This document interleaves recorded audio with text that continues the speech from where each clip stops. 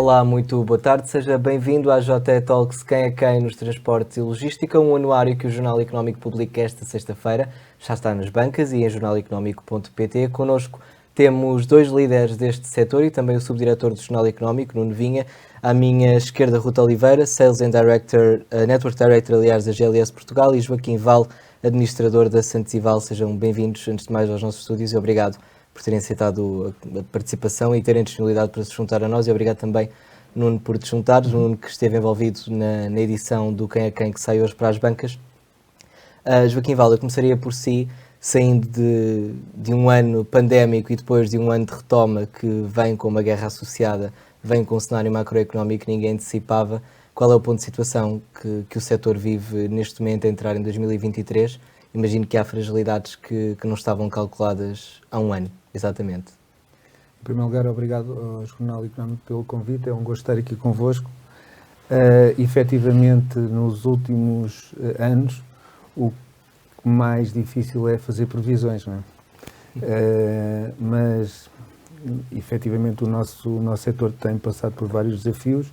Tivemos inicialmente a pandemia, que foi um grande desafio, mas também foi uma forma de, digamos, da população em geral e a sociedade civil ter, digamos, a confiança do poder e da capacidade de resposta que o setor da logística tem e, efetivamente, conseguimos fazer chegar as coisas às pessoas, independentemente das vicissitudes e independentemente dos constrangimentos que houve em termos de pandemia. Vivemos num cenário diferente. E terminada a pandemia, ninguém iria suspeitar que vinha uma crise económica originada pela questão da inflação que está aí, e pior que isso, há um ano e poucos meses atrás, ninguém iria suspeitar que a Rússia iria invadir. Curiosamente faz hoje um ano, dia 24 de fevereiro. Pois. Eu pensava que já o tempo passa rápido, eu pensava que já tinha passado mais de um ano, mas pronto, há um ano atrás ninguém suspeitaria que a Rússia iria invadir a Ucrânia, e com todo o impacto que isso teve na economia, em particular da Europa, e desencadeou, como todos nós sabemos, uma crise energética que, associada aos problemas que já havia de trás, veio acelerar e serviu como um catalisador da inflação e da situação socioeconómica que nós temos hoje. Apesar de todos estes constrangimentos, o setor da logística tem resistido e, por outro lado, temos assistido a um conjunto de novas oportunidades. No que se refere, por exemplo, quando veio a pandemia, nós tivemos a oportunidade do mercado e do crescimento do B2C, que foi uma forma de pôr à prova as empresas que estão ligadas mais ao last mile e à pequena entrega. Fomos obrigados a ir para a casa das pessoas fazer as entregas, às vezes sabe Deus como, mas fizemos, as entregas foram feitas e as pessoas não deixaram de ter as suas coisas. E agora, com esta questão desta crise económica originada pela crise energética, e de alguma maneira que já vinha de trás, nós neste momento temos um novo desafio, que é o supply, ou seja, as cadeias de abastecimento, algumas delas entraram em ruptura, todos nós sabemos, a indústria automóvel entrou em ruptura e várias indústrias, o supply... Os semicondutores? Sim, também. Os semicondutores estão muito ligados à tecnologia e à indústria automóvel, mas não foi só, nós falamos mais na parte mais tecnológica, mas também noutros setores económicos o supply entrou em ruptura, e agora vem outra oportunidade, que é a oportunidade do storage.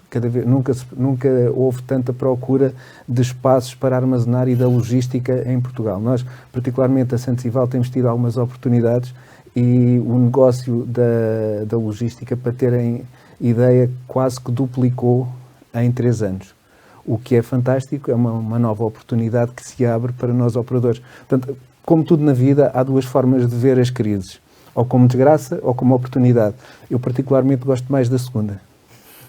E Ruth Oliveira, concorda com essa visão? Não convém olhar para a desgraça? Bom, antes de mais, boa tarde. Muito obrigada pelo convite. Para nós, a pandemia não foi a desgraça, foi a melhor coisa que nos podia ter acontecido. Nós mais que triplicámos a nossa atividade. Nunca encerramos, portanto, nós fizemos uma série de inovações para conseguir proteger quer os motoristas, quer os nossos clientes e os destinatários. No ato da recolha, no ato da entrega, fizemos uma série de desenvolvimentos a nível digital para conseguir que houvesse o mínimo contacto possível. Não fechámos, nem nunca pensámos em fazê-lo, porque nós no dia 17 de março tivemos que isolar e pensámos que caía tudo para água abaixo e foi o oposto. Portanto, as pessoas tiveram que entrarem, o mercado fechou, não é? Sim. E o e-commerce que não tinha desenvolvimento em Portugal foi obrigado a desenvolver e as pessoas foram quase que obrigadas a comprar online. Foi um paradigma que mudou e que, no meu ponto de vista, não volta atrás. Mas neste momento em que nos encontramos, já há novas projeções vindas tanto do Instituto Nacional de Estatística como do próprio Banco Central Europeu, dão a entender que o cenário que se avizinha pode não ser tão mau assim como vinha a ser prometido desde meados de setembro, com previsões de inflação muito acima daquilo que foi registado agora no mês de janeiro. Houve algum plano de contingência para este ano para fazer face, digamos, a um cenário que vocês não conseguiam contornar? Sinceramente, nós até hoje tem sido sempre crescer e claro que sim, os planos de contingência são feitos, obviamente, e tentamos acautelar as coisas, tentamos desenvolver naquilo que consideramos que ao dia de hoje é a necessidade que o cliente tem, que é o chegarmos o mais cedo possível e o atendimento ao cliente. Creio que, obviamente, a crise é uma coisa que assusta a todos, não é? Mas tentamos inovar para conseguir manter o nosso cliente, conseguir fidelizar o cliente. Nós, como temos um modelo de agências... Como é que funciona esse modelo de agências? Portanto, nós temos uma série de agentes no país, ao dia 2 mais de 50, que são pequenos negócios, não é? Portanto, são contribuintes autónomos que utilizam a nossa marca e que trabalham em exclusivo para a GLS. Portanto, estão em várias zonas e com isto temos uma capilaridade maior. São correspondentes, no fundo. Exatamente. Cada vez estamos mais próximos do cliente. São uma espécie de franchisados, se bem que não são franchisados, que é um pouco diferente. Portanto, são os nossos agentes. Nós temos já, até ao final do ano, já muitos para conseguir fechar o negócio, para abrir mais agências. Bem, no Vinha, é raro estarmos a falar de pós-pandemia ou de uma plena crise inflacionária que bate recordes de 3 décadas e ter no setor a dizer que correu tudo muito bem. Estamos ótimos, o negócio cresce, há dinheiro, até porque numa crise inflacionária um bom indicador se a inflação está ou não a crescer mais do que é esperado é o comportamento do consumidor nas encomendas e esse comportamento tem mostrado inalterado, no fundo. Bem, é uma questão de perceber, uma coisa é aquilo que tem acontecido até agora e outra coisa é aquilo que pode ser a percepção que as pessoas vão ter em relação àquilo que vai ser o seu futuro. Se nós tivermos cada vez mais notícias nos jornais e na comunicação social a dizer a situação vai piorar, a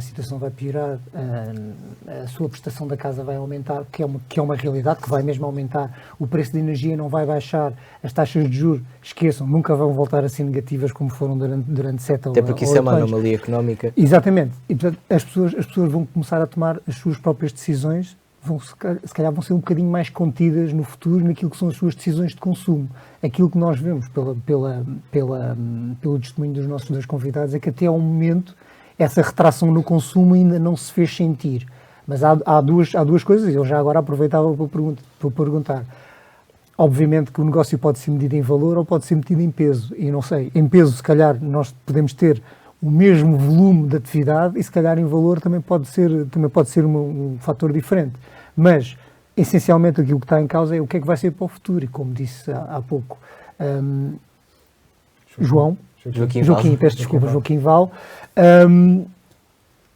a palavra dominante também é incerteza. Portanto, até o momento, isto é quase, enquanto nós podemos ver, no caminho que nós podemos ver, naquilo que nós conseguimos iluminar em frente, não há, em perspectiva, uma redução do consumo, mas para a frente nós nunca sabemos o que é que pode acontecer, até porque ninguém esperava que nós tivéssemos um ano em guerra. Pensávamos que a coisa ia ser ou mais rápida para um lado ou mais rápida para o outro, mas nunca ninguém pensava que passado um ano ainda íamos ter esta situação. Essa situação também provocou disrupções na cadeia, problemas marítimos relacionados com tripulações de navios, etc.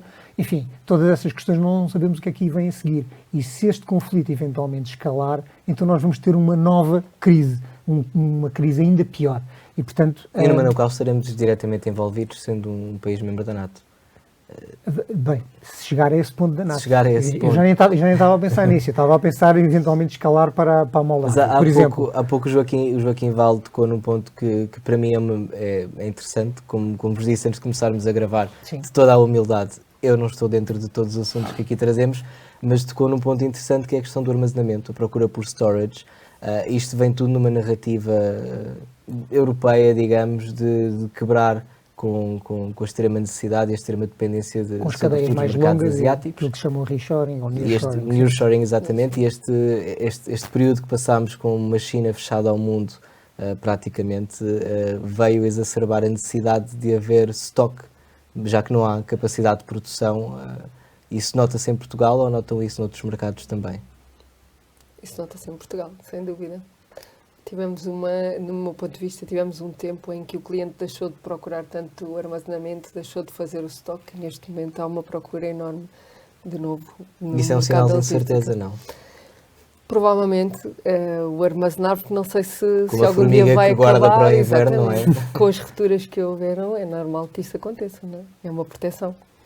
Ainda há sem pouco dúvida. falávamos nisso aqui. Há pouco falávamos Estávamos a nesta falar há questão pouco disso, sem dos dúvida. licenciamentos. A questão do storage e a necessidade do storage também tem a ver um pouco com a controlar os preços.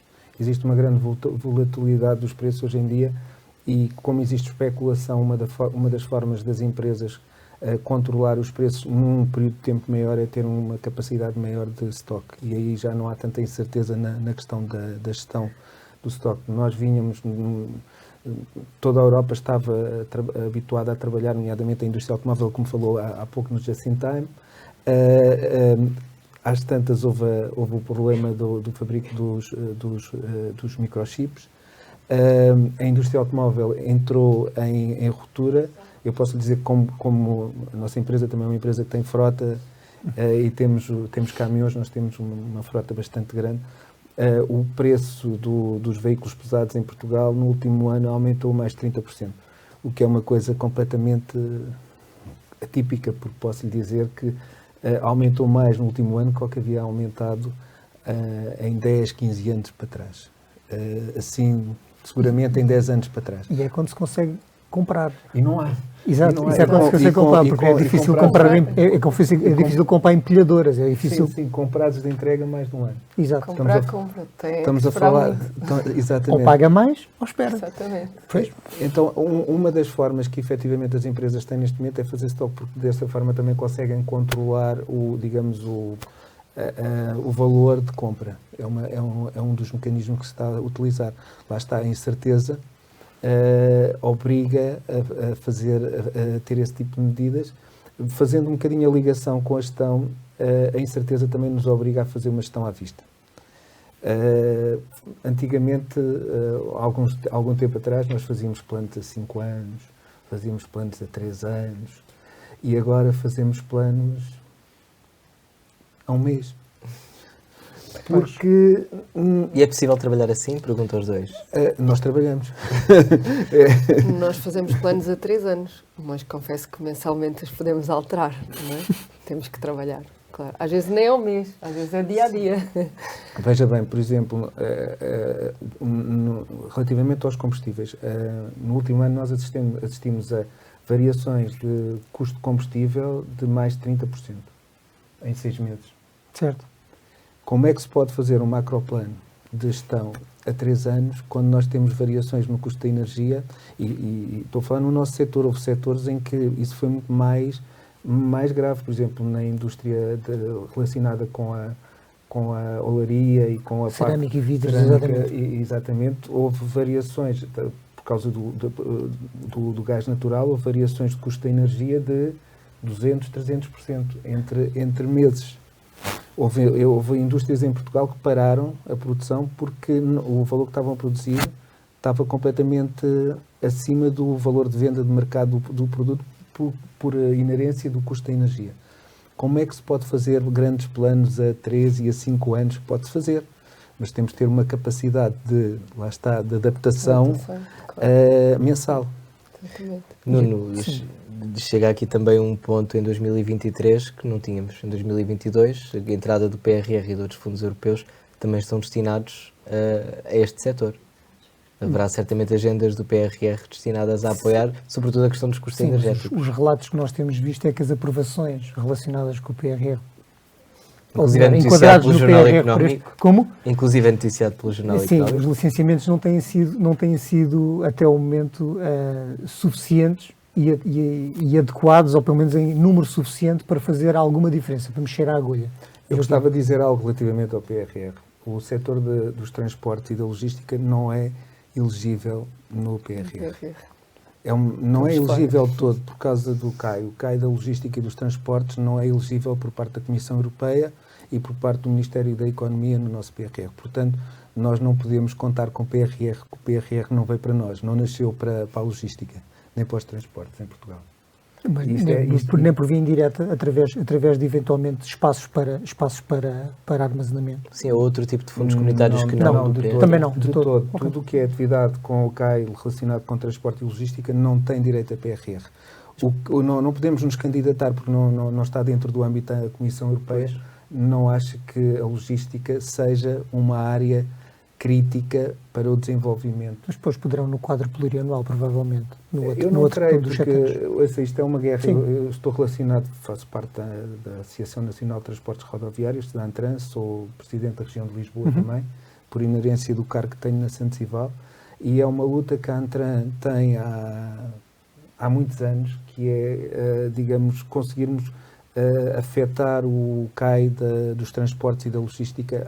Mas tendo em conta que o PRR tem todo um eixo direcionado à transformação digital e este é um setor que está ativamente a trabalhar a transformação digital, imagino que para o sucesso das vossas operações neste ano de Deus, 2023, é impossível conduzir as operações sem uma grande ferramenta tecnológica. Mas para a digitalização é uma coisa, mas para aquilo que é o core da empresa, provavelmente... Mas desculpa, perguntava isto porque o PRR destina grandes verbas para a transformação digital. Sim, eu vou-lhe dizer, se nós quisermos ter apoios na área de transformação digital, que é uma área que é crítica para o desenvolvimento da nossa atividade, se calhar vamos ter que, algures, ir procurar uma empresa de ID para que o faça, porque se formos com a nossa empresa de logística não é elegível de todo. Tem que subcontratar alguém para lhe mudar o sistema de gestão tal e qual. Para poder beneficiar isso de forma indireta. Qual é que seria o CAI para o qual estão a tentar mudar? Já agora, porque eu gostava de tentar perceber. Nós não queremos mudar de CAI. Não, era mais incluir aquele CAI mesmo. Que o nosso CAI seja elegível, exatamente. Seja reconhecido como uma atividade que é crítica ao desenvolvimento do país. Já agora, relativamente à transformação digital, é um grande desafio e o nosso setor está aí. Está a acontecer muita coisa muito interessante no nosso setor. A nossa empresa também está muito focada nessa parte, porque eu, na minha visão, acho que só as empresas que tiverem que tiverem as ferramentas adequadas para acompanhar este salto tecnológico é que poderão eventualmente manter o seu negócio.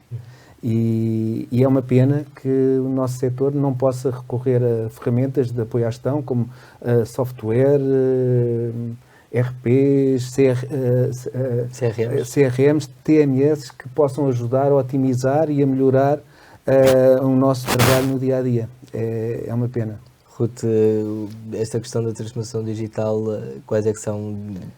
Na sua visão, as principais necessidades do setor? Não só em Portugal. O mais importante é estar sempre o mais perto do cliente. No nosso caso, por exemplo, nós estamos a desenvolver uma app. Temos uma app onde, neste momento, o cliente, o destinatário final, pode acompanhar o seu envio, pode interagir connosco, pode dar uma classificação ao motorista e ao serviço.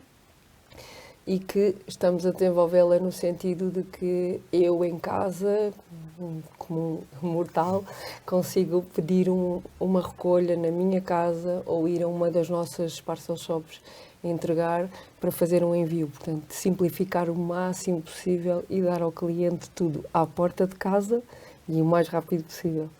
Do meu ponto de vista, é o que o cliente pede, é avançar. Mas não nota talvez uma escassez de talento qualificado para as partes tecnológicas e digitais? Portugal forma cerca de 2, 3 mil pessoas, não estou em erro, por ano na área de IT. Mas também estão a chegar muitas. Nós estamos a importar muitos técnicos vindos de Veremos fora. o que é que acontece com a mudança das regras para os nómadas digitais. Não sei, os Nós vistos em tech vão Portugal- ficar, vão manter-se, em princípio. Em Portugal, a GLS tem uma área de development, de IT, que são cerca de 70 engenheiros, que é quem programa para o grupo todo, portanto, para toda a Europa, e por isso não A notamos vossa a talent esse house nível. tecnológica está cá. Exatamente. E no caso não são necessariamente portugueses. São todos portugueses. São todos portugueses. São todos portugueses. Eu até, enfim, Vão quase buscá-los à faculdade para levá-los para lá. Mas são não, todos esse é portugueses. que é o segredo, não é? Ir São buscá-los todos diretamente à portugueses. árvore. Exatamente. No vosso caso é igual? No nosso caso, nós temos uma empresa no grupo que está relacionada com a ID, que faz investigação e desenvolvimento. Também temos gente na nossa casa que faz desenvolvimento de produto e desenvolvimento de soluções para o cliente. E temos também um conjunto de parcerias com universidades como o Técnico, como o SCTE, como o Inove, e nós, de alguma maneira, conseguimos, ou seja, tentamos ir buscar talento não só dentro da nossa casa, como o talento está nas faculdades, que normalmente é o mais emergente e é o que nos traz mais disrupção nos processos. Nós estamos a viver, eu acho que genericamente todas as empresas estão a viver um processo de transformação digital. Existe um conjunto vasto de processos que eram feitos manualmente, ou eram feitos com Excel, ou que eram feitos de uma forma mais rudimentar, que hoje em dia estão a ser transformados. Temos um conjunto de projetos que são muito desafiantes, que não posso dizer por razões de Segredo de negócio. segredo de negócio. Mas podes desvendar um pouco? Tem que ver com, nós por exemplo já fazemos a questão da otimização de rotas, temos algoritmos que fazem digamos a melhoria do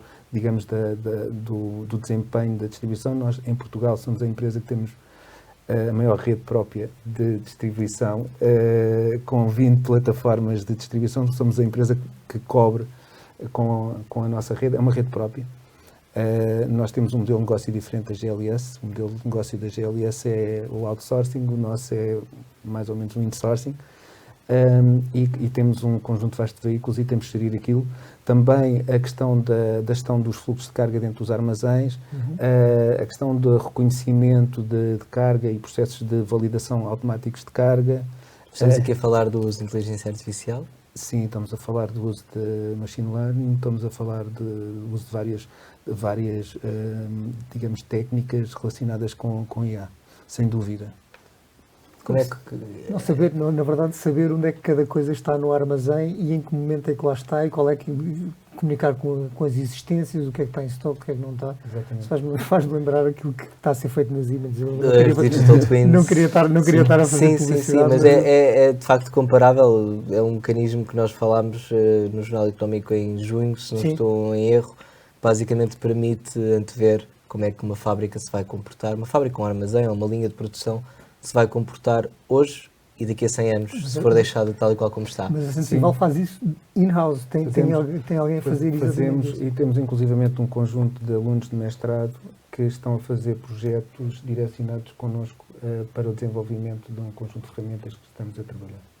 Portanto, temos ali o ID a borbulhar. Um dia destes pode ser uma área de negócio e vocês podem vender essa solução. Pode usar o CAI para o PRR. Nuno, eu queria te fazer uma pergunta a ti antes de ficarmos sem tempo. Coordenaste a edição deste anuário do Jornal Económico que está hoje nas bancas, falando, imagino, com vários líderes do setor, vários gestores. Há dificuldades concretas que conseguimos identificar neste anuário para este ano?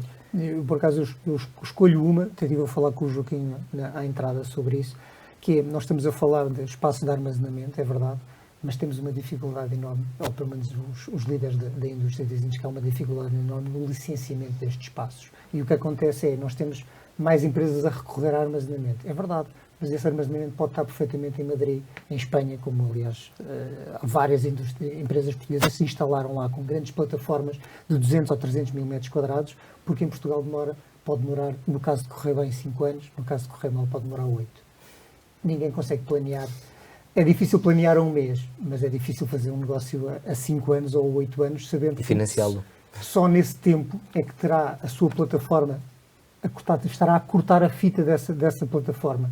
Ninguém consegue planear isto dessa maneira. Mas se os licenciamentos estão a ser difíceis na habitação, como vimos na semana passada o Primeiro-Ministro a dizer, na logística ainda é pior. E, portanto, é um setor que corresponde a uma percentagem enorme de valor acrescentado bruto que é produzido neste país, e não se percebe como é que estes licenciamentos funcionam desta maneira, porque isto é um entrave e em princípio há investimentos que podem estar a ser desviados de Portugal para a Espanha, que é mesmo aqui ao lado e tem mais facilidades, ou empresas que podem estar a armazenar lá aquilo que podiam estar a fazer aqui. E, portanto, se estamos a falar de nearshoring, é um almost nearshoring, porque é quase perto de Portugal, mas é ali em Espanha que já dá a 5 horas de distância. E identificaste, digamos, temas relacionados com a escassez de navios, de contentores, porque também há uma escassez identificada nesse aspecto, ou pelo menos o ano passado, quando nos sentámos a falar... Certo, havia obviamente uma coisa relacionada com as políticas de Covid-0 na China, em que de um momento para o outro o porto de Xangai, um porto muito importante na China, ficava completamente bloqueado.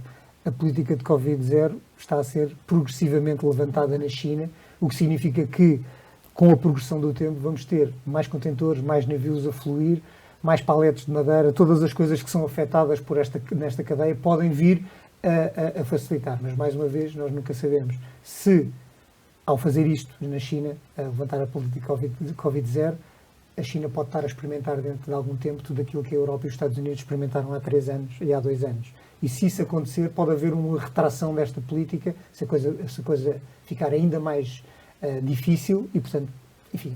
Estamos aqui numa montanha russa. Podemos estar aqui numa montanha russa nesse aspecto também. Nuno Vinha, obrigado por ter juntado a nós. Joaquim Val, Ruta Oliveira, muito obrigado por terem juntado ao JT Talks do Quem é Quem. Muito obrigado. Obrigada. Obrigado também a si que esteve desse lado a acompanhar. Já sabe que pode ver e rever estas e outras JT Talks sempre que quiser na JTV, em jornaleconómico.pt, onde toda a informação está em constante atualização. Nós regressamos para a semana. Até lá, fique bem e tenha um bom fim de semana.